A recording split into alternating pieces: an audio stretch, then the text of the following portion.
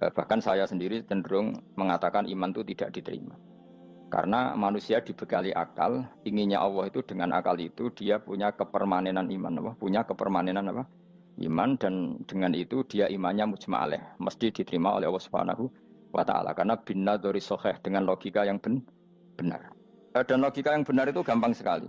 Beberapa ulama tentu tahu sekali, bukan sekedar tahu sekali karena itu diajarkan Allah dan Rasul. Misalnya begini, kata Allah, saya kalau baca ayat-ayat ini itu sering nangis karena Allah yang Tuhan itu sebenarnya tidak butuh kita. Seorang lagi, Allah yang Tuhan itu tidak butuh kita, juga tidak butuh iman kita. Tapi Allah ingin hambanya itu berakal ya, karena agama itu liqaumi yaqilun, sehingga berpikirnya benar. Misalnya gini kata Allah.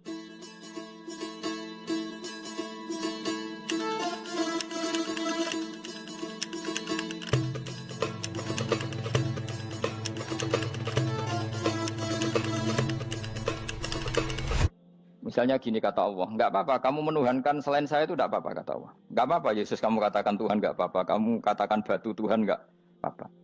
Tapi tolong prosedur ya, prosedur atau persyaratan menjadi Tuhan itu kamu lengkapi, yaitu punya prestasi menciptakan langit dan bumi. Kalau tidak semua urun semen kata Allah, sementing urun gitu. Jadi sebetulnya itu kan rasional. Misalnya enggak apa-apa kamu merasa jadi presiden atau gubernur atau jadi wali atau jadi apa, yang penting prosedurnya dipenuhi. Itu kayak apa Allah baiknya pada kita. Sehingga saya berkali-kali, makanya menurut saya orang alim itu wajib memaklumatkan kalau dirinya alim, supaya jelas aturan mainnya. Yang dilarang Allah itu kan memaklumatkan alim kemudian ingin hadun nafsi, ingin salam itu template dicucuk dihormati, itu kriminal. Itu orang alim gendeng, sudah gendeng sekali. Karena khasnya orang alim itu tentu cari ridhonya Allah, bukan ridhol khalqi, bukan ridhonya apa? Makhluk. Makhluk itu la syai', ada siapa-siapa. Dan kita harus baku seperti itu. Kenapa kalau orang alim nggak memaklumatkan kealimannya itu dikatakan salah? Karena fungsi orang alim adalah membawa bayinat, membawa ayat-ayat Allah, bukan kepentingan apa? Pribadi. Makanya Rasulullah nanti duka ngendikan idza zuharatil fitanu wal bid'u falyudhiril alim ilmahu wa illa fa'alaihi la'natullah wal malaikati wan nasi ajmain. Jika zaman akhir banyak bid'ah, banyak kebodohan, maka orang alim wajib menampakkan kealimannya. Jika tidak, maka dia mal'un, dilaknati langit dan bumi. Karena sebetulnya logika tentang Tuhan itu gampang sekali. Saya ulang lagi ya. Saya punya sekian contoh betapa tauhid itu mudah. Jadi kalau ada orang bilang ikhlas itu angel, Gus, ya dia sendiri goblok karena nggak tahu logika apa. Ikhlas itu justru gampang. Misalnya kamu ngamal demi manusia, manusia itu umurnya hanya berapa coba? Kan pasti mati. Lalu kalau dia mati tidak berkutik, bagaimana Anda bersandar sama seseorang yang mati dan tidak berkutik? Sama-sama bersandar sama zat sing al-hayyul qayyum, sama zat yang abadi. Kamu latih terus akal kamu. Misalnya saya punya jamaah banyak, mereka itu kan nggak jelas surganya. Kok harap-harap syafaate piye? Soalnya jamaah aku mlebu neraka kabeh. Kan nggak mungkin nyafaati saya. Atau mereka mlebu swarga kabeh, wis do sibuk kelon mbek widadari. Mungkin ya ndak ngurusi saya. Jadi dua kemungkinan itu sama-sama ndak ngurusi saya. Mlebu neraka ya rasanya nyafaati, kan mlebu swarga. Do sibuk napa? Ngeloni widadari karena trauma di bocah elek, melarat macam-macam. Sehingga kiainya saja wis ora takok Gus nang ndi wis ora takok. Wis ribet dhewe no. Nah, tentu saya juga sibuk sowan pangeran sudah itu makom saya sudah sibuk sowan pangeran. Kowe pesta seks sing kula sowan pangeran. Wa swargame ayate pokoke inna ansa'ana gunna napa? Insa'a faja'alna gunna. Apa karo bar kelon dadi perawan neh berarti keloni serempet. Kula insyaallah melok daftar sing fa amma in kana minal muqarrabin farohu warihan. Jadi surganya muqarrabin itu enggak ada sifatnya. Di situ enggak dibakas bidadari, makan-makan enggak, tapi farohu warihan. Satu surga yang sifatnya rohani. Karena enggak bisa disifati. Tapi saya daftar di situ ya hanya beberapa jam, baru gue gabung kon. Sawangane kok taruh rasane wong ayu juga keberatan. Ya tapi saya tentu punya dua kelas, saya punya kartu premium dan ekonomi. Saya enggak tertarik lah daftar yang premium dok, nanti repot apa. Saya itu sering nangis kalau baca ayat seperti ini. Bagaimana Allah yang Tuhan kemudian tidak butuh apa-apa, tapi Allah saking baiknya itu membuat tatanan logika kita. Saya tidak akan bosan-bosan sampai sowan Allah. Bahkan andaikan saya masuk surga dengan faham ini, saya milih faham ini. Karena faham ini itu menguntungkan agama. Li'ilai kalimatillah. Sementara masuk surga itu hadun nafsi. Banyak ulama mengatakan, kenapa Anda tidak ingin mati? Padahal Anda mati masuk surga. Katanya, saya takut kehilangan momen sujud. Karena sujud adalah hak Allah. Sementara surga itu hakun nafsi. Keinginan saya. Tentu saya mendahulukan hak Allah ala hakin nafsi. Itu makam-makam yang... Dan itu nggak bisa Kamu copy paste. Orang yang pada kelasnya akan merasakan seperti itu. Dan kamu tidak perlu minat, malah paham. Jadi sudah dengar saja, apa? Dengar saja. Begini misalnya, saya berkali-kali bilang, kenapa ulama dulu, saya ini kan di Sarang juga ngajar tauhid, dulu saya ngajar kubrul yakiniyat, di beberapa madrasah, termasuk di Sidogiri saya juga ngajar tauhid. Di sini saya ngajar tafsir, tapi yang saya titikkan juga tauhid. Begini, saya hidup di dunia ini, terutama saya memang ingin menerangkan tauhid, sebagaimana Allah menerangkan. Begini ya, Jubair bin Mut'im, saya tidak bosan-bosan cerita ini, Jubair bin Mut'im itu termasuk dahiyatul Arab, cerdas-cerdasnya orang Arab. Dia ditunjuk sebagai negosiator untuk membebaskan Asra Badrin, tawanan perang Badar yang kalah dan ditawan Rasulullah dan para sahabat. Kemudian harus ditebus dengan uang. Oke, disepakati terus. Singkat cerita Jubair bin Mut'im itu datang ke Madinah. Dulu karena tidak ada hotel, tidak ada penginapan, ya memang nginepnya orang musyrik itu di masjid. Ya sehingga itu lazim saja. Kamu tidak usah jadi liberal kemudian bilang musyrik boleh di masjid, ya tidak perlu seperti itu. Kamu juga tidak perlu goblok mengatakan nggak ada ceritanya orang musyrik nginep di masjid karena ya ada tarehnya seperti itu. Jadi tidak perlu goblok, ya tidak perlu liberal. Paham ya? Kalau kamu bilang, wah nangono wong musyrik oleh nginep di masjid, kamu liberal. Padahal konteksnya karena sejarahnya pernah ada. Milih di goblok apa liberal? Apa milih jelas? Enggak milih aja, ngaco aja. 01 apa 02 apa 00. Milih mana? Goblok, liberal, enggak milih. Nah, ketika Jubair bin Mut'im itu datang, delalah Nabi itu sholat maghrib ngimami. Nabi baca surat Wattur wa kitabim mastur fi rabbim mansur wal baitil ma'mur. Kemudian di pertengahan surat At-Tur itu kan ada ayat yang menurut saya itu sangat bagus. Sehingga di kamar saya, di rumah saya itu tak figur ayat itu. Bahwa kita harus dilatih berpikir. Kata Allah memulai argumentasinya, am khuliqu min ghairi syai'in. Apakah kejadian alam raya ini seisinya tentu diciptakan tanpa sebab. Misalnya begini, alam raya ini kata orang nihilisme atau komunis atau orang-orang paham nihilisme, itu kan dimulai dari ketiadaan. Logika ini kan goblok sekali. Berarti kalau alam ini kadung wujud, kamu kan tahu kan langit bumi sekarang kan wujud. Ya, langit bumi sekarang kan jelas wujud. Berarti logikanya adalah al-adamu yakhluqu makhlukon, sesuatu yang enggak ada menciptakan sesuatu yang itu kan aneh. Di mana-mana al-adam ketiadaan itu tidak mungkin yakhluqu syai'an atau yu'athiru syai'an. Di mana-mana ketiadaan itu tidak mungkin mengefeki sesuatu yang ada. Wong kamu sebut tidak ada itu berarti tidak mungkin bisa berbuat apa-apa karena namanya tidak ada. Sekarang alam raya ini dimulai dari ketiadaan. Terus kamu simpulkan sesuatu yang enggak ada menciptakan yang ada, itu gendeng apa enggak? Oh, gendeng sarap itu. Orang usah dipatahin wong gendeng, sebarno yang mau mati dewi. Jadi makanya Quran menanyakan mereka, am khuliqu min ghairi syai'in. Apa alam yang kadung wujud ini kemudian disebabkan oleh sesuatu yang tidak ada? Lalu kalau sesuatu yang ada pasti diwujudkan oleh yang ada. Nah, karena yang ada ini pencipta harus berstatus super. Nah, super ini oleh ulama disebut wajibil wujud. Maka Allah bersifat super, wujud yang paling prima, yang kausa prima. Karena pencipta tentu kelasnya harus di atas yang diciptakan. Makanya disebut, ulama dulu menyebut Allah itu apa? Wajibil wujud. Karena pencipta tentu lebih dahulu. Maka harus disifati awal atau qadim. Awal atau qadim. Kayak apa Allah mendidik kita? Am khuliqu min ghairi syai'in. Terus Allah bilang gini, ya gak apa-apa, yang menciptakan gak saya, gak apa-apa kata Allah. Tapi amhumul khaliqun, kamu saja yang menciptakan, gak apa-apa. Tapi syaratnya kalian juga harus merasa pernah ikut menciptakan langit bumi. Am khalaqus samawati wal ardh. Jadi, enggak apa-apa kamu merasa Tuhan, enggak apa-apa. Yang penting kamu merasa ikut nembok langit, ikut ngecor apa? Langit. Jadi pokoknya ikut bikin. Terus kata Allah, bala yukinun, kamu tak suruh merasa menciptakan langit bumi, kamu juga enggak merasa iya. Memang ya mereka merasa enggak kan? Akhirnya Jubair bin Mut'im saking enggak kuatnya. Am khalaqus samawati wal ardh bala yukinun amin dahum khuzun. Sama Allah dibombardir seperti itu. Dia datangi Rasulullah, ya Muhammad, logika itu tidak meninggalkan akal saya. Matarok tali akli nasian. Akal saya habis Muhammad. Saya iman saja. Saya tidak cukup punya logika untuk melawan argumentasi ayat yang kamu baca. Saya iman saja. Terus iman. Makanya kalau ada logika nihilisme bahwa sebelum alam ini adalah ketiadaan, lalu pertanyaannya bagaimana mungkin ketiadaan menciptakan yang ada? Di mana-mana ketiadaan itu la yu'atsiru syai'an wa la yakhluqu syai'an. Jenenge wae tiada. Tiada itu ya enggak ada fungsinya, ya enggak ada efeknya, enggak ada prestasinya. Ya pokoknya namanya enggak ada ya enggak ada. Nah, ini penting saya utarakan. Terus di sini Allah mengulang lagi, enggak apa-apa yang lainnya kamu katakan Tuhan jadi mitra saya enggak apa-apa. Tapi tolong kata Allah, aruni madza khalaqu minal ardi, tunjukkan ke kami prestasi dia ikut bikin bumi. Kita tahu misalnya Yesus, Isa lahir di bumi. Bumi sama Yesus dulu mana? Dulu bumi, dia lahirnya di bumi.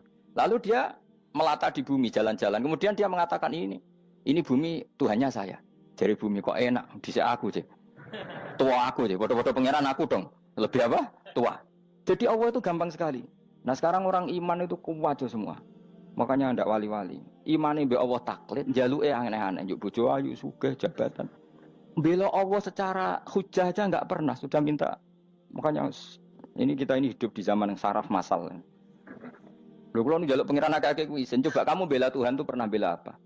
Bela Tuhan tuh gampang dengan argumentasi al-hujjah yang supaya agama ini tamkin fil ard, benar-benar mapan dalam logika. Yaitu tadi di mana-mana yang namanya sebab itu amrun wujudiyun, di mana-mana sebab itu sesuatunya harus wujud.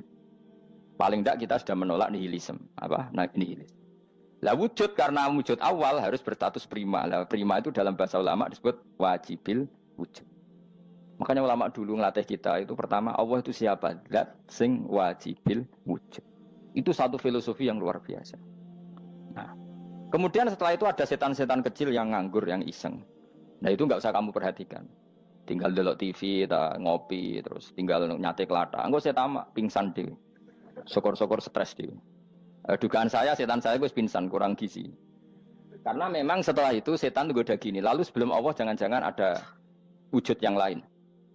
Lalu Allah sendiri awal mulanya gimana? Kata Nabi, jika ada pertanyaan seperti itu kamu harus berhenti. Tinggal delok TV atau tinggal delok dangdutan. Ya kalau kepeksa apa-apa, kelasem ae. Saya ada menghalalkan tapi kan sudah kamu lakukan. Karena itu lebih baik ketimbang pertanyaan filsafat. Banyak orang yang dulu sholat ketika sekolah filsafat tidak sholat. Alasannya sampai menemukan jati diri itu Tuhan. Dan itu bahaya sekali karena Nabi berkali-kali bilang kamu jangan mikir tentang Allah pasti rusak. Orang kok mungkin rusak dari Nabi pasti rusak. Nah cara menghentikan gimana? Karena setan ini makhluk, akal-akalannya gampang. Tadi tak warai, saya sebagai ulama, atau sebagai manusia, atau sebagai orang awam, atau sebagai siapa saja. Kadang ada pertanyaan seperti itu. Tak tinggal anggeling dharma, kan pusing setan. Ini kan ngenteni. Weh, ngenteni bar lo anggeling dharma. Bariku aku lesu mangan mie. Bar mangan mie waret turu. Kan dia ngenteni terus. Mau bikin was-was lagi. Ternyata saya sibuk kan enggak bisa masuk dia. Bangun tidur aku selali pertanyaan tadi. Dinteni. Nah, dia masuk lagi aku sibuk ngajak anak jalan-jalan. Jadi saya kalau jalan-jalan di pasar itu wis enteni tan santai wae. Itu memang resep dari Rasulullah. Jangan sampai orang terjebak filsafat yang sampai menanyakan eksistensi Tuhan. Dan dia tidak mau iman, tidak mau sholat, tidak mau puasa sampai menemukan Tuhan itu siapa. Itu jelas minas syaitonir rajim, itu perilaku setan. Makanya Rasulullah setiap ditanya sahabat gitu itu Nabi guyu-guyu. Dan guyunya Nabi itu kata Nabi, baguslah kalau kamu takut Tuhan kalah kata Nabi. Nabi gojok gitu. Maka ada ulama yang punya seni berargumentasi yaitu Imam Ghazali. Jika setan tanya kamu lalu sebelum Allah jangan-jangan ada wujud yang sebelum Allah. Kata Imam Ghazali, ya itu saja yang Tuhan. Yang Allah ini enggak jadi Tuhan. Ya berarti wujud sebelum Allah itu yang benar-benar Allah. Kalau kamu bayangkan lagi, jangan-jangan sebelum itu ada wujud lagi. Ya itu saja yang benar-benar Allah. Sehingga tetap Allah itu menang terus. Paham ya? Yang jelas jangan sampai didahului Adam. Karena kalau didahului Adam lebih ngeri lagi. Karena sesuatu yang enggak ada menciptakan yang ada. Itu lebih buruk lagi menurut akal. Menurut apa akal? Daripada kamu nggak salim Imam Ghazali, tinggal saja ndelok. Tadi ndelok sinetron. Itu yang lucu aja. Ndelok sing lucu-lucu. Ndelok apa? Mencari Tuhan. Pokoknya sing aneh-aneh, sing goblok-goblok, sing lucu-lucu, sing perane wong apa? Lha saya sering diprotes saya. Gus Salim jenengan kok sering ndelok sinetron sing ana dialog wong goblok-goblok. Wong goblok ku menarik cara kula. Apa ya? Cara pandang itu di luar dugaan saya karena kula berkali-kali lho kalah wong goblok. Jadi makanya ini tak cerita nih, beberapa kali yang jari Gus Wak cerdas, berkali-kali kalah sampai goblok. Ada seorang santri itu ingin dibelikan bapaknya itu sepeda motor. Bapaknya wong desa, senengane ngrumat sapi wedhus. Lah menurut saya ya orang tuanya itu mampu lah, sangat mampu untuk beli itu. Pak mbok ditukokno mawon wong sepeda motor. Kata bapaknya, "Anakku nu jok mondok tak goblok, Gus." Wong njaluk kok sepeda motor, njaluk mobil ora ya goblok. Lah kok goblok, Pak? Jenenge donya iku Gus, sing lahirno donya kok sapi ku ndek anak, wedhus ndek anak jenenge donya. Di mana-mana jenenge donya sing lahirno donya. Iki donya kok mangan donya. Mergo motor iku kan tuku bensin, mobil. Iku cara dekne iku goblok Gus. Batin berarti kabeh kiai goblok perkarane tuku donya sing ngentekno donya. Cara dekne donya iku sing lahirno donya. Batin kok pinter iki batin. Untungnya saya ini ulama ya, ahli tafsir ya malu. Saya kalah itu ya malu. Tapi saya sebagai orang objektif fair, itu teori benar apa? Jadi donya itu ya sing lahirno donya. Donya kok mangan donya iku goblok. Untungnya dia dengan saya itu jaraknya 5 kilo 7 kilo karena 7 kilo. Lala dia diterkon sepeda motor, aku tetap mau kalah. Pak, nanti jalan kaki saja. Karena kalau pakai motor ini kegoblokan kata saya. Terus mendingan nih, loh Gus mau kalah tadi.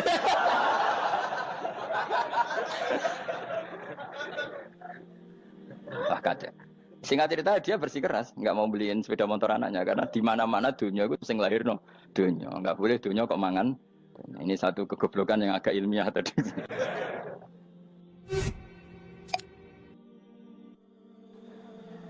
Nah, Imam Asy'ari juga ngalami hal yang sama. Imam Asy'ari itu punya, kita kalau ahli sunnah kan dua partai ya. Ya dalam ahli sunnah itu hanya ada dua partai juga. Kalau nggak Asy'ari ya Maturidi. Ya, dan sama-sama alim. Ya kalau terpaut ya paling 5%, 7% ya. Kealimannya Asy'ari dan Maturidi. Imam Asy'ari itu bikin logika yang jelimet seperti saya sekarang ini. Logikanya yang jelimet, tapi permanen. Jadi yang saya ajarkan tadi itu logika yang jelimet tapi apa? Permanen. Karena tadi alam raya ini kadung wujud. Kalau kadung wujud pasti pewujudnya yang menciptakan wujud pasti adalah kewujudan. Karena al-adam la yu'athiru syai'an. Di mana-mana kenihilan tidak yu'athiru syai'an. Ya sepakat ya, gampang kan? Tentu wujud ini prima disebut wajibil wujud. Lalu Imam Asy'ari itu bersikeras. Kalau imanul muqallid itu tidak diterima. Sebanyak keberatan ulama, tapi Nabi nyatanya yaktafi bi imanil Arab al-khalina anin nadur. Nabi nyatanya mencukupkan imannya orang-orang Bedui yang mereka itu kayaknya tidak bisa mikir. Ya, Nabi yaktafi bi imanil Arab itu wong desa al-khalina anin nadur yang mereka itu tidak bisa apa? Berpikir. Ingat cerita Imam Asy'ari survei. Coba ayo kita tanya orang-orang kampung. Ternyata kegoblokan orang kampung itu ya ilmiah, masyhur itu. Imam Asy'ari saja harus belajar dari wong awam, wong goblok-goblok tadi. Kita kok ingin ya Badawi bima araf tarubak. Kowe kok iman be Allah itu bima araf tarubak. Lalu kamu tahu Tuhan kamu atas nama apa? Dengan logika apa? Jawabnya enak. Al-ba'ratu tadullu 'alal ba'ir wa atharul aqdam yadullu 'alal masir. Angger ana tletong ya ana ontane. Angger ana bekas delamaane wong ya ana sing bar liwat. Jadi misalnya ada bekas teracak anjing, berarti anjing habis liwat. Ada bekas apa ular ya berarti ular harus liwat. Ada bekas tercak manusia ya berarti manusia habis liwat. La wa hadzal alam atharun min athari qudratillah. Alam iki bekas mesti ana sing gawe. Jadi Mas Ari pinter juga, mesti logikane gak jelimet tapi memang agar ana tletong ana sapine. Ana teracake wong berarti ana sing bar liwat. Dia ngomong gampang wa atharul aqdam ya dulu alal masir. Nah, terus Imam Asy'ari habis itu ngendikan, ya sudahlah dengan logika apa saja. Meskipun karena zori hadal Arabi sebagaimana cara berpikir Bedui ini, sementing ada natur. Apa ada? Ada natur. Ya natur apa saja. Misalnya orang ahli matematika mungkin bilang angka dimulai dari 1. 0 itu akal-akalane Khawarizm. Mereka ini kebingungan nulis 10. Tapi tetap angka itu dimulai dari 1. Kalau misalnya 1 untuk mecah kesulitan ya harus dimulai 0,1. Tidak bisa 0 tok. Jadi 0 dulu itu untuk mematahkan kalau jumlah itu tidak sampai 1. Tapi faktanya jumlah itu kan pasti 1 karena dimulai dari wajibil wujud. Khawarizm itu ya pintar matematika. Saya juga punya ilmu hisamnya Khawarizm. Itu kan dia karena kebingungan angka pecah. Misalnya 1 tidak sampai 2. Mau tidak mau harus ditulis 1,5 misalnya. Paham ya? Lalu kalau sebelum 1 tetap dia harus 0,5. Lalu hakikat 0,5 itu kan bagian dari wujud apa bagian dari Adam? Tetap bagian dari wujud. Jadi 0,5 itu kan khayal kuliah. Tawari ya.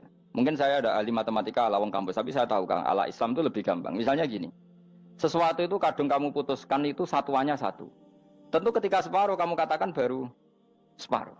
Tapi sebetulnya ketika satuan itu kamu katakan 10, yang separuh itu sudah 5. Itu kan terserah sing bagi, no? Terserah sing bagi. Ya iya dong, misalnya 1 juta, 5, 5-nya artinya apa coba? 500 ribu kan? Sekarang kalau 100 ribu, 5-nya jadi berapa? 50. Kalau 1,5 jadi. Nah itu kan terserah satuannya apa? Tapi tetap dari 0,5 itu tetap menunjuk sesuatu yang wujud. Yaitu 5-nya sebetulnya apa? 5 yang separuh tadi.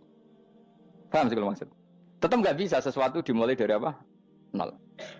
Nah, makanya kata Abdul Hamid Khan kalau dalam mendidik tauhid, itu gampang saja tadi. Alam raya ini kadung maujud, kalau kadung maujud pasti disebabkan oleh sesuatu yang wujud. Karena wujud pencipta harus berstatus prima. Lah prima ini atau premium ini kita sifati wajibil wujud. Atau kamu katakan apalah kausa prima atau musabibul asbab. Nah kelirunya kita dalam berislam itu, kritiknya para ulama, kita ini nyebut Allah dulu baru menceritakan status Allah. Kalau zaman Nabi itu dibalik. Status wajibil wujud itu kita terangkan dulu, baru yang oleh Islam itu namanya Allah. Paham ya? Kan beda, misalnya gini logikanya gini, kamu ketemu orang ateis, saya ulang lagi, kamu ketemu orang ateis, terus kamu ditanya, lalu alam ini yang menciptakan siapa? Allah Jalla Jalaluh. Mesti kan tanya, man huwa Allah, Allah itu siapa? Kalau dulu Islam mengajarkan enggak gitu. Surat pertama turun apa coba? Iqra. Iqra itu enggak nyebut kata Allah. Iqra bismi rabbika. Rabbika itu siapa? Alladzi khalaq. Sebutlah nama Tuhan. Yang berhak menyandang Tuhan adalah zat yang pencipta. Itu tidak ada kata Allah. Di surat Mudatsir, surat kedua. Ya ayyuhal mudatsir kum fa'anzir wa rabbaka fakabbir. Bukan Allah fakabbir, wa rabbaka fakabbir. Sehingga cara berpikir gini dibalik. Sebutlah Tuhan kamu. Tuhan itu siapa? Yang berstatus Tuhan adalah zat yang berstatus pencipta. Nah, lalu pencipta ini oleh Islam dinamai Allah. Kalau orang ateis kamu langsung bilang Allah, man huwa Allah. Berarti pertanyaannya Allah itu siapa? Lalu kamu jelaskan Allah adalah pencipta, Allah adalah wajibil wujud. Tentu lebih gampang kamu terangkan. Makanya Al-Qur'an menerangkan amkhuliqu min ghairi syai'in. Manane saya di sini manane ya Allah. Apa? Allah. Apakah mereka diciptakan tanpa pencipta? Tentu setelah Islam tahu itu namanya siapa? Allah. Paham ya? Kalau balen malih. Jadi sebetulnya Quran itu ngajari kita itu ilmu mantik yang luar biasa. Misalnya ya Yuhanna su'budu siapa? Rabbakumul ladzi khalaqakum walladzina min qablikum. Sembahlah Tuhan. Tuhan itu siapa? Pencipta kamu dan pencipta orang-orang sebelum kamu. Lalu Tuhan ini oleh Islam dinamai. Tapi kalau langsung kamu bilang ke orang ateis atau orang Uni Soviet, Allah itu Tuhan. Allah itu siapa? Sebab itu di beberapa ayat dijelaskan dulu status Allah. Sifatnya Allah, keakhasan Allah, keakhasan Tuhan. Yang dikatakan Tuhan adalah zat pencipta. Kalau tidak pencipta berarti tidak Tuhan. Sekarang Yesus pencipta bumi apa enggak? Enggak, karena dia lahir sudah di bumi. Begitu juga Fir'aun. Fir'aun itu kalah telak sama Nabi Musa gara-gara logika ini. Ketika Nabi Musa ditanya Fir'aun, wa ma rabbul alamin? Lalu Tuhan itu siapa? Kata Musa, rabbus samawati wal ardi, yang menuhani langit dan bumi. Jadi Fir'aun, enggak, ma'alim tulakum min ilahin wa irisa, jalan-jalan kemana-mana yang dikatakan Tuhan oleh masyarakat saya kok. Nah, kurang ajar Fir'aun. Terus kata Musa, ya Tuhanku yang di langit. Terus manggil Haman Mesir, ya Haman ibn Ili sorkhalla ali abluhul asbab samawati fa'attoli ila ilahi Musa. Haman, bikinan saya piramida yang tinggi, aku akan lihat Tuhannya Musa. Ada enggak di sana? Padahal misalnya munggah tenan pangeran ra iso didelok kan repot Nabi Musa. Wah payah ya, nggak piramida nginceng pangeran teprak itu kan. Akhirnya Musa pakai logika. Ya sudah gini saja, Rabbukum wa rabbu abaikumul awwalin, yang menuhani nenek moyang kamu yang dulu-dulu. Mau itu langsung fabuhita Fir'aun. Fir'aun tuh kaget sekaget-kagetnya. Dan para penggawa Fir'aun sadar.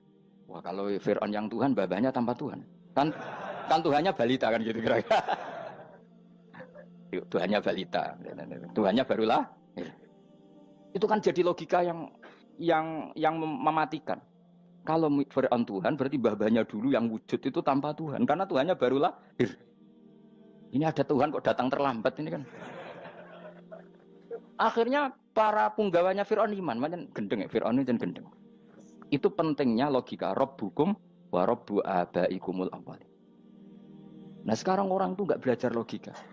Iman bi Allah orang mantep ning ati, cek iso diguncang setan, jalukane wis aneh-aneh. Jaluk swarga, jaluk gak mutu cara. Gak mutu. Makanya banyak wali kalau ditanya, kamu masuk surga sama sholat milih mana? Milih sholat. Kenapa milih sholat? Di surga itu demi khadun nafsi saya, pora-poya saya. Tapi kalau saya sholat itu untuk hakku. Saya sebagai hamba, identitas kesejatian saya adalah menghamba. Soal nanti Allah bikin bonus surga silahkan. Maka sebenarnya masuk surga itu ada urutannya. Sebagai orang alim saya urutannya adalah berkampanye sesering-seringnya, membuat logika supaya orang mudah ke Allah dan Rasul. Makanya di Quran tuh gak ada orang disuruh masuk surga dulu itu ya Tuhan nafsul mutmainnah irji'i ila rabbiki. Kamu kembali ke Tuhan kamu dulu. Bahwa kamu makhluk yang butuh Tuhan. Fadkhuli fi ibadi. Kamu masuklah berstatus hamba dulu. Kesetatusan Anda sebagai hamba ini matangkan dulu. Bahwa saya ini hamba. Dibuktikan dengan suka sujud, suka ngamal, suka sedekah, suka tawadhu. Saya sebagai orang alim sebenarnya gak suka mulang. Karena takut. Nak kue pinter kok nyanyi aku, nak goblok sawangannya metodeku gagal kan dua-duanya ini merugikan saya sebetulnya. Saya ulang lagi ya, nak pinter kayak nyanyi aku, kan ya mungkin juga senajan rodok mokal mungkin, sanggup aja rodok mungkin. Pemenang nak sing ndik kan yo, biasanya hasut ndik. Mau itu sebenarnya rugi semua, tapi Allah yang memerintahkan hak wong alim kudu mulang. Perhitungan itu tak buang semua. Sing ape nyanyi nggih monggo, sing tetep goblok nggih monggo. Semoga Allah ngutus mulang ya napa? Mulang. Meskipun tadi potensinya itu dua-duanya buruk, sing alimnya ini. Kemudian nak mubalek terus didol ilmu kurang royalti tambah parah lagi. Nah, aku nggak pakai logika ikhlas. Pakai logika selesai semua. Disuruh Allah ya sudah. Seorang lagi ya. Makanya saya minta ya. Surat Tur itu dibaca. Makanya baca Quran itu jangan terlalu egois, jaluk swarga. Statusnya dulu itu fadkhuli fi ibadi. Kehambaan Anda posisikan yang mantap. Lagi wadkhuli jannati. Sekarang enggak dibalik orang ini masuk surga dulu. Kayak surga di kapling. Terawih arang-arang gue jaluk Lailatul Qadar. Lailatul Qadar wis kliwat. Wingi wis Dzulhijjah wingi ben. Sebagian ulama berpendapat Lailatul Qadar itu fikul sanatin. Apa fikuli? Karena Lailatul Qadar berdasar nuzul Quran dan nuzul Quran itu bisa saja hari Arafah, bisa hari apa. Ada ulama yang mengatakan Ramadan, tapi bisa tanggal 1. Nah, kamu kan pemalas, ikut yang partai 21, 23. Karena kan wis akhir-akhir kan wis enteng. Sebenarnya Anda milih 21 berdasar ilmu apa berdasar enak anak terbatas waktunya kan? Kan lebih sempit, apa? Lebih apa? Sempit. Ya saya ulang lagi ya. Jadi Allah kalau mengajarkan hujah itu gampang sekali ya. Tadi amkhuliku min ghairi syai'in. Enggak apa-apa saya ada Tuhan kata Allah. Tapi kamu harus punya logika. Alam raya ini diciptakan tanpa pencipta. Mau enggak kamu punya logika seperti itu? Bahwa alam ini yang wujud diciptakan oleh sesuatu yang tidak wujud. Mau enggak kamu punya logika itu? Enggak mau kan? Namanya wujud tentu diciptakan super wujud. Dan super wujud itu wajibil wujud. Dan itu Tuhan kita yang oleh Islam dinamai Allah. Bang, makanya nyebut Allah itu di surat-surat awal Quran tidak ada. Coba, awal surat Quran itu surat apa coba? Iqra kan? Iqra itu ada enggak kata Allah? Enggak ada. Iqra bismi rabbika. Rabbika itu siapa? Allazi khalaq. Surat Mudatsir sama. Ya ayyuhal mudatsir qum fa'anzir wa rabbaka fakabbir. Ya sudah seperti itu. Ya ayyuhan nasu ubudu rabbakum. Rabbakum itu siapa? Allazi khalaqakum. Nah, kita ini keliru metode. Pemene wong tukang wiridan Allah. Tapi ora roh Allah ku sing sapa? Ya dia Allah. Dia nyifati Allah mau sing ngekei swarga, sing ngekei duit, sing ngekei widadari. Jadi Allah disifati sesuai selera yang menguntungkan dia. Bahwa Allah ini yang ngampuni saya, kemudian saya masuk surga, kemudian ngeloni widadari. Makanya kalau dia jadi wali tak demo, tak laporkan MK. Suluh. Karena ini wali pecundang. Bagaimana mungkin calon wali pikirannya khadun nafsi? Kalau lama agak gitu, mendikan Allah itu zat paling penting di dunia. Maka akan saya maklumatkan di dunia bahwa orang kembali ke Allah. Caranya gimana? Akan saya kenalkan Allah lewat logika. Caranya apa? Kita sifati wajibil wujud. Kita sifati Rabbukum wa Rabbu abaikumul awalin. Dengan sifat-sifat yang semuanya mengarah ke dikjayaan Allah Subhanahu wa Ta'ala. Itu jenenge kowe bener-bener ulama. Itu disebut bal wa ayatum bayyinatun fi suduril ladzina utul ilm. Makanya ulama itu orang yang luar biasa. Sampai disebut innama yakhsyallaha min ibadihil ulama. Ahli ibadah itu rapati wedi pangeran. Masuk wiridan istighfar nangis rapati wedi pangeran, gayane tok nangis. Karena sebenarnya dia nangis wedi ra mlebu swarga. Mlebu swarga gak iso ngloni. Dari itu aja orientasinya itu. Makanya bener Kanjeng Nabi nak gojlok orang alim satu itu lebih utama dibanding 1000 ahli ibadah. Bahkan Nabi pernah ngendikan sangat ekstrim. Fadlul alim alal abid kafadli ala adnakum kata Nabi. Keutamaan orang alim dibanding ahli ibadah itu sebagaimana kelas saya kata Nabi dibanding kelas terendah kalian. Padahal Nabi dengan Abu Bakar saja jaraknya sangat jauh. Itu kata Nabi fadlul alim alal abid kafadli ala adnakum. Keutamaan orang alim dibanding orang abid sebagaimana keutamaan saya dibanding sahabat paling rendah. Karena tadi abid itu ada oportunisnya. Tapi kamu jangan benci abid ya. Karena kamu ya orang alim, orang abid. Saya saja yang kritik. Saya yang tanggung jawab di depan Allah. Orang abid itu kadang kan wiridan nganti nangis. Pikirannya apa coba? Wis rasakno mungkin apa wiridan pikiran aja. Di sepuro dosane. Terus apa kan? Mlebu swarga. Terus apa kan swarga? Aku takut. Saya aku takut ayo sing ape mlebu swarga apa kegiatan? Rencana pertama ya, Pak. Terus gak usah munafik biasa wae. Mau inna ansa'na apa? Insya Allah kalau ada jujur apa jujur. Bandingkan kalau orang alim. Orang alim itu ketika nyebut Allah itu iri ya Allah. Kenapa di dunia ini ada makhluk lain yang menandingi engkau? Saya tidak ridho. Kenapa di dunia ini ada syarik orang yang dimitrakan seperti engkau? Maka orang-orang alim ini ingin memaklumatkan bahwa la syarika lak labbaika wa huma lab baiklah syarika lak innal hamda wa ni'mata laka wal mulka la syarika lak. Sehingga para nabi itu memaklumatkan itu. Engkau saja yang Tuhan ya Allah. Semua nikmat dari engkau, semua kepemilikan ini milik engkau. La syarika lak labbaik. Dimaklumatkan ke dunia.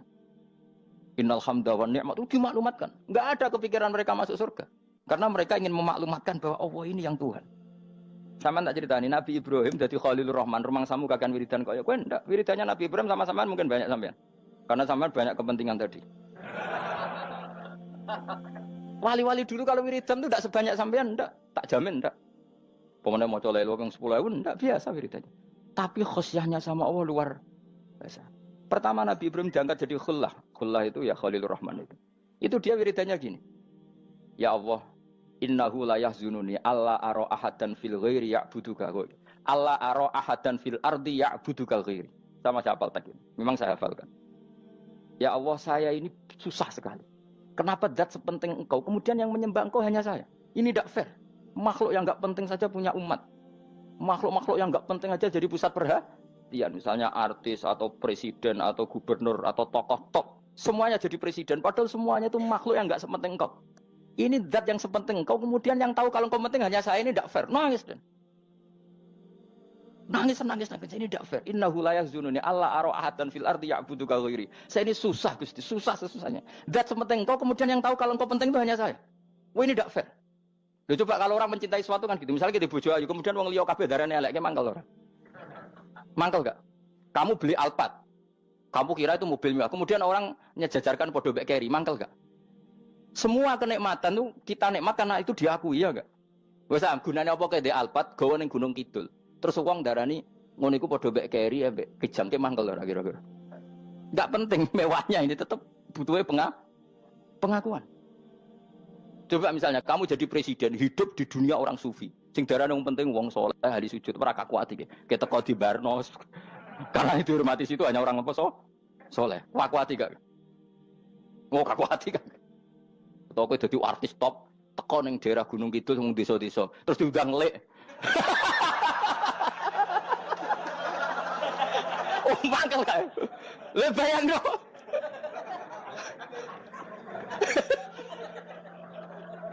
Oh, kamu menteri top, menteri BUMN bareng dolan itu iso diundang lek. Matus walang lek ngono. Oh, mangkel. Karena orang keren itu butuh pengakuan apa? Wes misalnya di bojo ayu terus wong liya kabeh darane eleke mangkel gak? Sebetulnya orang merasa nikmat itu karena pengakuan.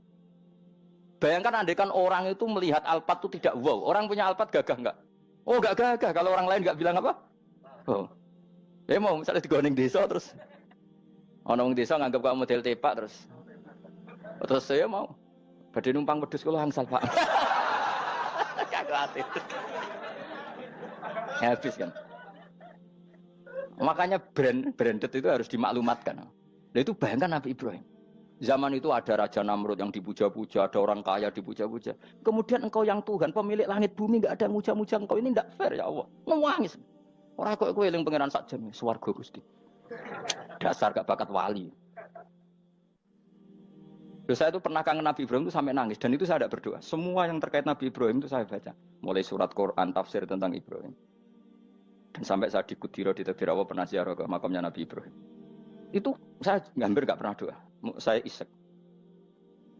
Ya karena tadi, ketika Nabi Ibrahim nangis-nangis gitu, ya Allah ini tidak fair. Engkau zat terpenting di alam raya ini, kemudian nggak ada yang menuhankan engkau, nggak ada yang merhatikan sama ini tidak fair. Susah sekali karena yang tahu engkau Tuhan itu saya tok. Masyhur itu sama Allah. Karena Ibrahim nangis-nangis itu terus sama Allah diterbangkan ke langit. Disebut wagadhalika nuri Ibrahim malakutas sama. Di langit ada jutaan malaikat sujud, jutaan malaikat rukuk, jutaan malaikat baca tasbih. Nabi Ibrahim oke Gusti kalau gini ya benar, ini baru benar kata-kata. Makanya terus Allah dengan keangkuhannya, karena Allah punya sifat angkuh dan itu sah walahul kibriya. Kan sifat angkuh baik untuk Allah tapi tidak baik untuk makhluknya, dan Allah dengan sifatnya walahul kibriya. Kata Allah, kalau nasihati para nabinya, kamu tidak usah susah. Jika di bumi jarang orang nyembah saya. Innalladzina 'inda rabbika yusabbihuna lahu bil-laili wan nahar wa hum la yasamun. Kamu tenang saja. Orang yang di sana di langit-langit itu maksudnya para malaikat itu bertasbih siang dan malam. Wa hum la yasamun, dan mereka tidak berhenti-henti, tidak bosan-bosannya bertasbih. Jadi nabi itu baru terhibur kalau yang diidolakan itu keren. Itu nabi, itu wali kutub, itu wali. Kamu enggak nyebut Allah itu sebenarnya kamu kan enggak ingin kan bangun malam ingat Allah berhubung utamu akeh terus Allah mbok libatno mbok nyaur kan sebetulnya itu kamu ingin jadi bupati sebenarnya kamu enggak kangen Allah kamu ingin jadi bupati terus Allah mbok jak koalisi kan gitu terus malam-malam Allah Ya Allah ini hambamu ya Allah minta ini. Sebenarnya kamu kangen Allah apa kangen keinginan kamu? Ya, terlalu menyindir banyak orang ya. Maksudnya ini cerita saja. Ya sudah ini kayaknya kok banyak yang tersindir tapi ini kan ngaji. Yang ngaji itu harus naik kelas. Ya sudah tidak usah diteruskin kok banyak yang tersinggung. Ya sudah tidak usah diterusin. Walau akhidu mau mengalap sapa Allah anas saya manusa bima kan perkara kasab bukan nglakoni sapa anas. Minal ma'asi sing pira-pira maksiat. Mataroka. Mongko ora ninggal sapa wa taala dzuri ing atase dhuwure artayil ardi min dabatin saking kewan apa wae. Nasama tegese kewan tadubu kang melata pun nasama alih ing atase arat. Kalau saja Allah ingin merusak manusia karena dosa-dosanya, pasti tidak disisakan beberapa sesuatu yang jadi kebutuhan manusia, termasuk dabam, misalnya nggak ada hewan, nggak ada tanaman, nggak ada apa saja di bumi, karena Allah ingin mengadab manusia. Tapi nyatanya di balik mereka maksiat, tetap fasilitas kepentingan manusia ada, karena sifat ghafurnya Allah, sifat rahmannya Allah. Walakin akhiru tetapi ini ngakhirna sapa wa hum wong akeh ila ajalin temu kamaring batas musamman kang wis ditentokno. Ayo mil kiamat tegese dina kiamat. Faida aja mengko nalikane teko apa ajalum ajale wong akeh fa inna wa. Mongko satuna wa taala iku kana ana sapa wa bi ibadihi kan kaulan wa basiran dat sing mirsani. Fa jazi mongko males sapa wa ing wong akeh ala amali ing atase wong ngamale wong akeh. Carane ngemales Allah tentu profesional atau prosedural bi isabatil mukminin kelawan ganjar wong mukmin wa iqabil kafirin lan nyiksa wong kafir. Ya jadi Quran itu gunanya ya membuat logika yang benar supaya orang itu menghindari kesalahan. Jadi menakut-nakuti itu kalau nggak harus tentang neraka, takut dari kesalahan, takut dari kebodohan. Kan kita juga takut kan punya pemimpin yang salah, takut punya kasus, takut kepleset. Ketakutan tidak harus dari neraka. Makanya saya berkali-kali bilang, saya sering dulu dinasihati Mbah Mun, enak kena alim, ojo sering maca tafsir, mari goblok dari Mbah Mun. Maksudnya mari goblok itu gini, mufassir itu manusia, kadang dia itu satu ayat umum, dia mendiktekan ke satu kasus, padahal kasusnya lebih umum. Makanya berkali-kali sama nani umpomong ini, contohnya ini, karena nanti itu mengikat. Misalnya gini ya, saya ulang lagi ya, ben gayamu kayak wong alim. Coba andekan kapasitas Anda itu RT, minta jadi presiden, itu ngelama apa doa? Tidak jawab saja. Ngelama. Jatah kamu untuk azab, kok jaluk Lailatul Qadar, ngelama apa Anda? Mestinya jalukmu orang untuk azab itu bagus. Paham ya? Banyak ulama diajak istisqa gak mau. Banyak itu ulama. Ayo istisqa kita karena sudah lama gak hujan. Kata ulama tadi, jatah kita ini kena hujan batu dari langit. Gak hujan batu sudah bagus, gak usah minta. Ulama macam-macam. Lah rai-rai ngene iki pantes entuk Lailatul Qadar apa entuk adab aja. Orang entuk adab wis bagus. Ya dadi dongane ya Allah. Ampun jenengan siksa la tu akhidna. La tu akhidna maknane njuk Lailatul Qadar apa ora disiksa. Ya makam kita itu masih Rabbana la tu akhirna. Iku supaya gak disiksa innasina waktu kalau kita salah. Kowe kan gak kalau. Wah sudah salah. Jadi donga innasina waktu sange apikane pangeran wae ditambahin. Kalau kita salah. Kalau kita kan sudah ada kalau lagi sudah. Sudah jelas salah berkali-kali lagi. Mbok wong diisin. Njulak jaruk Lailatul Qadar gak diisin. Tapi oleh wong pangeran apian. Pangeran kan tapi misalnya pengiran ora aku luwe apian timbang aku. Jadi sowe disahno permintaan. Tapi gak dikabulno. Mau disahno tapi ora usah apa? Disahno iku iman jalin yen goblok piye meneh kok macam-macam. Makanya doa paling fair itu ya Rabbana dzalamna anfusana wa lam taghfir lana wa tarhamna lanakunanna. Makom kita itu di sepuro pangeran. Sing bener donga wong tarawih lho ning Tuban ning Jogja wis bener apa innaka afuwun karim tuhibbul afwa fa'fu anna. Ora ana guru-guru kita donga, ya Allah anilna lailatul qadar ya Allah. Ka ora sarahku kiye kita ora ana ngajarno ngono ya Allah innaka afuwun karim tuhibbul afwa fa'fu anna. Jenengan kandat sing kathah nyepurane lan seneng nyepuro impun jenengan sepuro. Iku wis bagus sudah. Udah bagus. Ora lailatul qadar kira-kira delok srengenge. Terus delok angin. Angger daerah Gunung Kidul banter terus aneh-aneh. Mbok wong tahu diri, maksud kula nggih tetep minta Lailatul Qadar tapi tahu diri. Misalnya suwe bar sedekah, poso bar salat 1000 rakaat terus utang mesti sahur. Ambek togo-togo sing mbok dolimi jaluki sepuro. Pas kowe tenan mergo wis ngrasa ora dolim, nduk Lailatul Qadar. Tapi kira ngrasa ora dolim wis ujug sombong. Wong sombong ora berhak meraih. Lah terus piye Gus? Ora piye biasa wae, pokok biasa wae. Makom kita ora kena adab itu sudah luar biasa. Ora penuh adab piye. Wis ngene iki luar biasa, napa? Luar. Mun nang ngandel kula. Wis ngene iki keadaan seperti ini terus. Soale dongane wae Rabbana la tu'akhidna in nasina wa akhtana. Itu jadi itu sudah luar biasa. Nah, ini kan teruskan dawuh Mbah Mun ya. Misalnya Allah bilang gini, fattaku, maka takutlah kamu. Biasanya mufasir ditambahi minan nar, maka takutlah kamu masuk. Sebetulnya yang perlu dihindari dari kita, takut itu ya, takut salah, takut bodoh, takut terdolimi, takut mendolimi orang lain, takut hidup tidak ada gunanya. Tapi mufasir tentu milih yang populer, takutlah kamu dari api neraka. Coba misalnya gini, kita nanti masuk surga. Kemudian zaman di dunia kita tidak pernah berkampanye ya atau berkontribusi untuk agama Allah. Cara saya itu izin. Kata Imam Malik, saya masuk surga. Kemudian orang yang mencintai saya masuk surga itu saya malu. Rasulullah juga gitu. Saya sebagai pemimpin umat, saya malu masuk surga. Dan satu dari umat saya masih masuk neraka. Jadi ulama dulu tuh ketakutannya bukan sekedar masuk neraka. Takut malu, takut bodoh, takut keliru, takut. Saya misalnya nanti masuk surga itu malu dengan saya tidak pernah ngajar tafsir Jalalain. Malu saya. Karena kalau tanya Allah, kenapa pun buswargo? Terus diberi swarga. Tapi kalau pernah baca tafsir Jalalain kan anak keren nih. Keren artinya saya pernah mengkampanyakan Quran, pernah mengkhidmai Quran, pernah ngitmai kitab engkau ya Allah. Saya pernah ngitmai umatnya Rasulullah, yaitu sampean kabeh. Pernah mulang, pernah sowan. Yo saat tiap bulan sowan jenengan gak sopan tapi. Mulane kira usah bales sowan rono malah ganggu aneh-aneh. Kadang santri yo pidol, wis diulang cek sowan. Orang tuh kiai kalau sudah di rumah tuh milik keluarga biar fair. Bermulang cek assalamualaikum. Terus kiai ini kagok keluargane ku kapan? Boyo mikir bocah ora karo-karuan. Jadi seneng ya di ilmoni, seneng ya di ilmoni. Saya ulang lagi ya. Nah, kata yang ditafsir itu sering tidak mengikat. Makanya kata Mbah Mun, baca tafsir itu dikurangi. Maksudnya dikurangi itu bukan apa-apa. Maksudnya tadi, kalimat yang ditafsir itu tidak mengikat. Yang mengikat itu yang kalimat di Quran. Nah, kalimat Quran itu umum, kenapa? Misalnya gini, Allah lalu gini, ikdilu, kamu harus berbuat adil. Lalu adil itu misalnya mufasir menafsir, adil itu menyamakan di antara dua orang konflik. Misalnya di MK 01 dan 02 dianggap sama, itu namanya adil. Itu kan dawai mufasir. Atau misalnya gini, Allah bilang gini ke saya, hak kan ada di kiai sing adil. Terus adil ditafsiri orang, adil itu menyamakan sesama murid, haknya sama. Nah, tapi bisa saja adil itu di luar itu semua. Misalnya gini, ternyata adil menurut Allah gini, adil maknanya seimbang, apa? Adil itu maknanya apa? Seimbang. Lalu keseimbangan seorang hamba adalah dia ingat Allah lebih banyak. Karena ini bandul yang benar-benar nyata. Allah itu nikmatnya nyata. Sehingga ketika saya sebagai orang alim, ingat saya alim itu karena Allah. Dikasih ilmu Allah, dikasih cerdas Allah. Dikasih semuanya dari Allah. Sehingga saya itu tidak merasa kumuluhur pada kalian. Karena semua ini dari Allah. Kemudian Allah sendiri yang memerintahkan, kamu harus mengajar. Maka saya ada Arab-Arab salam template sampeyan, penghormatan sampeyan, apresiasi sampeyan. Karena saya hubungannya hanya dengan Allah Subhanahu. Itu namanya adil, meletakkan sesuatu proporsional. Itu juga adil namanya.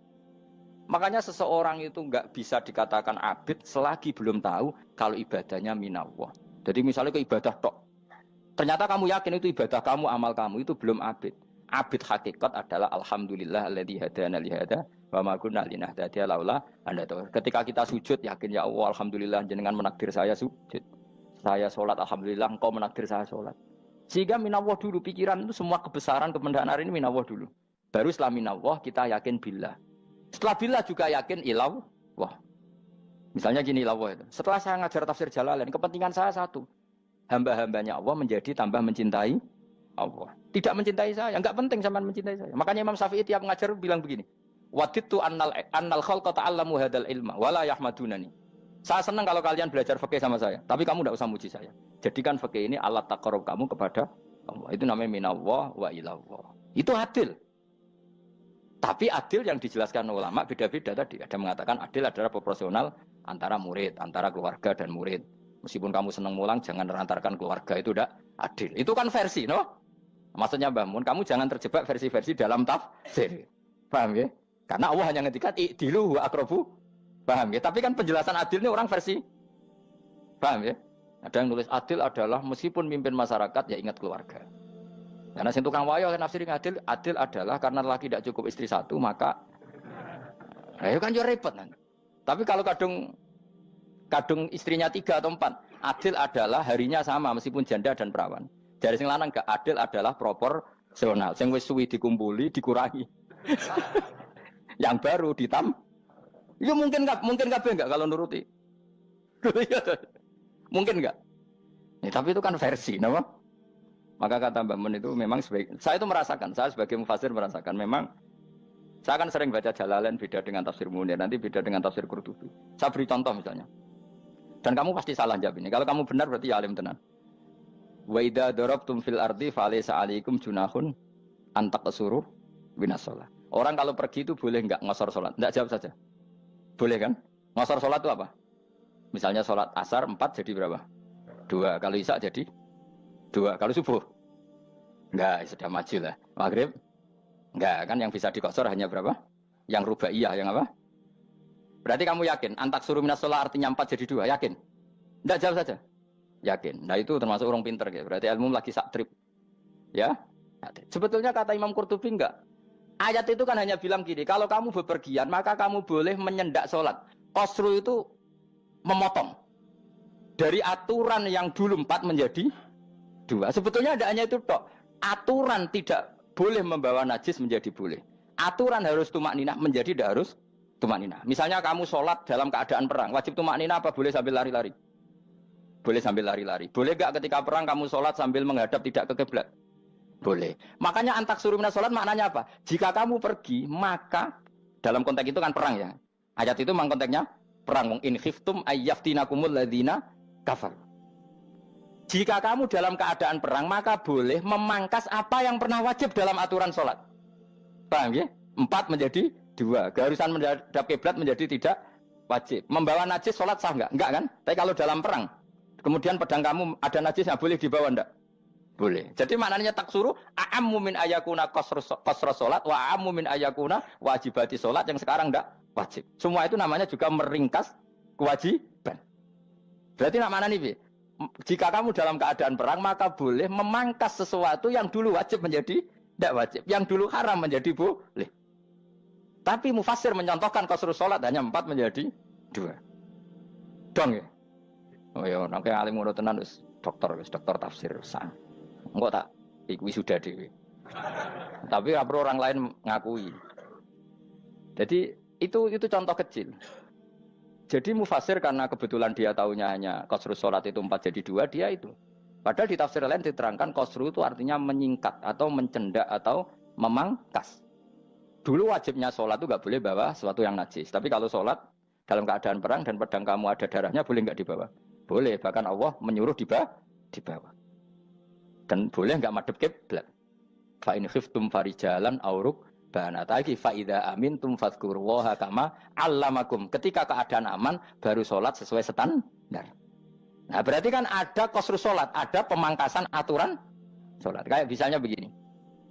Dalam keadaan normal, boleh nggak kamu motong pohon pisangnya tetangga tanpa izin? Nggak boleh kan? Tapi misalnya ada banjir bandang, kemudian kamu bisa selamat kalau motong itu. Wajib izin apa malah haram izin? Haram izin, harus kamu langsung potong. Karena kalau tanpa begitu kamu dan yang punya wajib meridhoi. Kalau nggak meridhoi disalahkan syarak malah. Paham ya? Jadi ini penyolongan yang wajib. Tapi tak sebab potong kayak ngelangi kan. Terus gedangnya mbok pangan, itu berlebihan. Karena Allah memaklumi hanya untuk ngelangi. Jebule wis menisan lah itu di luar izin syariat apa? Di luar izin syariat. Itu melampaui batas itu. Syaratnya boleh itu ghairu baghiw wala famani turra itu darurat syaratnya ghairu baghiw wala dan tidak boleh melebihi batas. Ora ape ngetok gedange jupuk sik sing mateng dipangan terus diketok. Ora oleh. Paham jelas ya? Makanya kalau ngaji tafsir ya saya kan berkali-kali ada makna di tafsir Imam Suyuti saya tambahi umpamanya ini. Maksudnya umpama itu supaya contoh itu tidak mengikat. Jadi yang disebut beliau itu satu dari sekian potensi ribuan contoh. Ya kayak tadi misalnya antak suruh minas sholah. Itu umumnya ulama membayangkan qasru sholat yang 4 jadi 2. Padahal enggak, maknanya meringkas aturan dari wajib menjadi tidak wajib. Bahkan sebagian aturan itu dikatakan haram, tidak haram. Itu tadi misalnya bawa najis atau teman kamu mau dibaca orang kafir terus kamu bilang, hei hati-hati, itu tidak batal kalau dalam sholat siddatil khauf. Paham ya? Jelas? Semaju lah. Malam terus likur oleh Lailatul. Soale wis gumen mbek wong-wong itu. Bingung ora ilmune wong-wong. Ma ungzira abahum lam yungzaru tegese ora den kei wedi sapa ngangge fi zamanil fatrah ing dalam zaman fatrah. Ya sama seperti ini. Orang tidak mendapat ingzar itu fi zamanil fatrah, zaman enggak ada rasul. Tentu tidak hanya itu tok. Ada rasul tapi orang itu jauh dari komunitas ulama. Itu juga termasuk orang yang tidak mengalami Ingdar. Jadi tidak mengalami ingdar bisa di zaman fatrah atau sudah ada rasul tapi dia jauh dari ulama atau jauh dari komunitas Islam. Itu juga komunitas yang tidak mengalami ingdar. Fahum mengkote wong akeh kaum iku khafidun lali kabehane imane sing iman parustilan bener. Ya, contoh paling gampang itu nak dawuh yai mesti bener itu loh. Kalau kamu ngaji tafsir Jalalain ya Yuhannasu budu rabbakum. An-nasu biasanya ditafsirkan kufaru Mekah, napa? Padahal di situ nas semua manusia apa kafir Mekah? Semua manusia. Cuma konteks dulu karena Nabi orang Mekah dan zaman itu yang diberi peringatan orang Mekah, Imam Suyuti bilang kufaru Mekah. Lah seperti itu kufaru Mekah mengikat apa enggak? Enggak kan? Enggak, karena yang dituruni Quran yo kafatal linnas. Tapi ya Yuhannasu di Jalalain sering ditulis apa? Kufaru Mekah. Nah, seperti itu tidak mengikat. Itu contoh saja, Pak. Contoh saja dalam konteks zaman itu. Paham ya? Jadi banyak, makanya tafsir itu sebenarnya enggak ngikat. Ya tapi yang ngomong gitu harus orang alim. Kalau kamu yang ngomong malah kacau. Kemudian ngomong sombong. Maksudnya kan manusia, saya juga manusia. Ngapain saya harus ikut? Ya sarap itu. Iku ora wis sombong saraf, no? Wis sombong saraf. Lakot hakko teman-teman fahum, lakot hakko teman-teman nyata apa alkaul apa titah. Wajib tegese wajib manane nyata al aksarihim. Ing atase akeh-akeh wangke bil adab. Lakot hakko teman-teman dadi nyata apa alkaul apa titah anane azab. Wajib tegese wajib apa adab al aksarihim bil adab fa mongko te wong akeh la yuminu ora iman sapa akeh. Il aksaru tegese utek akeh wong ora iman. Zaman iku Mas. Ya, maksudnya zaman iku. Tapi jengben mboten ngerti. Tapi yang mungkin ba'da Isa itu semua orang iman, tapi ya banyak yang setelah iman itu tidak bermanfaat lagi karena wis napa matahari terbit dari napa barat khina la yanfa'u nafsan imanuha lam takun amanat min qabl inna saat temen ingsun ujalna ga ingsun fi anaqihim ing dalem gulu-gulune wong akeh tak gawe aghlalan ing blengku bi ayu doma gambar bi antu doma gambar sento de kumpulno ilaha maring anak apa alai di tangan di anal gol la karon saat meneh wil iku yajma'u iso ngumpulno wil al yada ing tangan kal unuk maring geger maring napa gulu-guri lho jenenge unuk wong Arab nak darani kene ku unuk nak darani kene ku nakher. Ya cari wong Arab, ya kene iki unuk, kene iki nakher. Lah gulu niku ngeten, tangan ditakok teng napa? Napa? Gulu. Napa jenenge jenenge? Cidok niku cidokne. Sing guri-guri. Faya mengkote tangan ila aidi kumasmatun ting kupono ila atkoni maring dagu. Niki lho jenenge dagu. Jam udzakonin waya mustamaul lahyan. Kumpule dua dagu atau dua wang nek cumanan. Bahu mengkote wong akeh mukmahuna iku dadi bunder sapa wong akeh. Manane rafiuna ngangkat wong akeh usaha ing sirahe wong akeh. Lastatiuna ora iso mampu sapa ngake khawdaha ing ngendekno ruus. Menawa dhewe maksudi wae ta iki mutamsilun mu bayangan, mu tamsil gambaran. Mulane kula gumun mbek ulama riyen. Tak contohno ya, nek ulama dhisik ku top. Wong dhisik nak darani bun neraka digludungno. Wong kafir sok ben digludungno ning neraka. Iku ya pancen ngalim tenan wong dhisik. Mergo gambarane ngene, ora usah praktekno sok ben, praktekno saiki wae.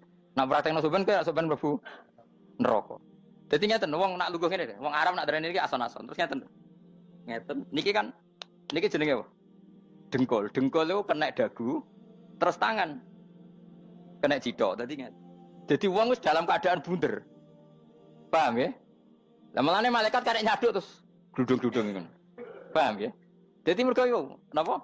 Dengkul nempel dagu, paham ya? Tangan nempel cidok, terus ditaleni. Paham ya? Terus ya karek gludung dong, malane wong kurang adane bunder apa iku? Oke bayangno saiki sampean ra usah, gak usah mlebu maksudnya, paham ya? Mulane ape mlayu ora iso, wis posisi ngono, paham ya? Sampeyan ra usah delok, maksudnya praktekno saiki. Orang delok lho. Lah dawuh Imam Suyuti wal muradu te kang den kersakno iku annahum sak temne wong akeh la anu nek ora tunduk sapa wong akeh imani maring iman. Wala faduna nek ora tunduk sapa wong akeh ora ndilukno ru'usau ing sira wong akeh lahu krana iman. Iki tapi dawuh Imam Suyuti. Tentu tidak semua ulama sependapat. Jadi cara Imam Suyuti semua yang dikatakan Quran ini mau tamsil. Artinya mereka tidak tunduk, maknanya tidak menerima iman. Tapi itu cara Imam Suyuti. Ulama lain yang mengatakan tidak. Memang orang kafir ketika masuk neraka dalam keadaan seperti itu dan digeludung. Ya tidak apa-apa sama-sama benar. Ya sama-sama benar karena ya Quran itu milik bareng, milik bersama. Jadi kan banyak kalimat kayak tadi mengkosor sholat, meringkas sholat. 4 jadi 2 yang meringkas, paham ya? Dari aturan ketat menjadi agak longgar juga meringkas. Jadi semuanya namanya memotong apa? Memotong dari 4 menjadi 2 yang memotong, paham ya? Dari aturan wajib menjadi tidak wajib juga memotong. Nah, itu kan sama-sama benar. Lihat nanti konteksnya. Wajah analan gawe sapa ingsun mimpeni aidim sanging ngarepe wong akeh sadan ing tutup. Wamin khalfim sanging gurine wong akeh sadan ing tutup. Fathisin sadan wa dhamiha lan dhami sin sudan fil maudhi'in ing panggonan loro. Faksena mongko ngekeki gelap ingsun ing wong akeh fa mongko te wong akeh lagi sirun rane ngali sapa wong akeh. Tamsilun iki contone edon disat diturukil iman maring ketutupe dalan iman alih ngatasi kufar. Nah cara maksudnya kabeh iki mau tamsil. Dadi ngene. Dari depan kami kasih tutup, dari belakang kami kasih tutup, kemudian mereka saya kasih kegelapan. Maka mereka tidak tahu. Mananya apa? Dari arah depan yang mereka enggak ngerti pentingnya iman, dari arah belakang yang mereka enggak ngerti pentingnya iman, maka mereka buta, artinya tidak iman. Itu dari Imam Suyuti. Tamsilun edoni hanya perumpamaan lisat diturukil iman, yaitu tertutupnya jalan-jalan iman. Tapi ulama lain mengatakan ya enggak. Memang pernah ada peristiwa di mana orang kafir ngepung Rasulullah dan mereka dari depan matanya dihalangi, dari belakang dihalangi, sehingga ketika Rasulullah keluar mereka tidak melihat. Itu ya nyata ya. Jadi makanya ngaji ya. Jadi ben keren. Oh ini ada sekian tafsir. Terus gue ngomong kan kayak wong alim keren. Nah tak kata siapa? Ono rekamane. Tapi yang orang ngaji dhewe. Nah tak kata siapa? Ada rekamannya. Lah aku takut ada kata siapa Gus? Tak dudono kitabe. Lah aku dudono rekaman. Iku apik zaman akhir kan wis maju. Soale sing rido kan.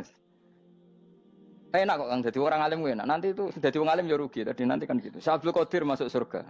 Entah ini gelombang kedua dan para penggemarnya.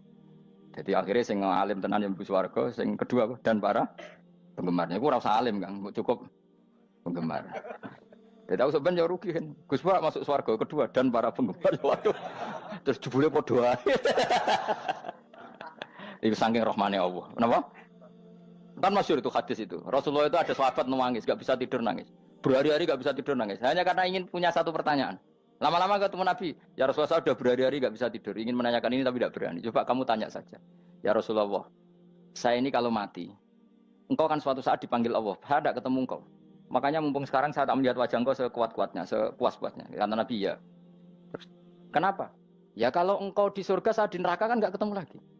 Atau kalaupun engkau di surga kan kelasnya beda, kan enggak ketemu lagi. Jadi kemungkinan dua-duanya itu enggak ketemu. Kata. Karena tadi bisa saja, ya artinya Nabi karuan di surga, saya di neraka enggak ketemu. Atau engkau di surga, saya di surga pun beda kelas, ya enggak ketemu.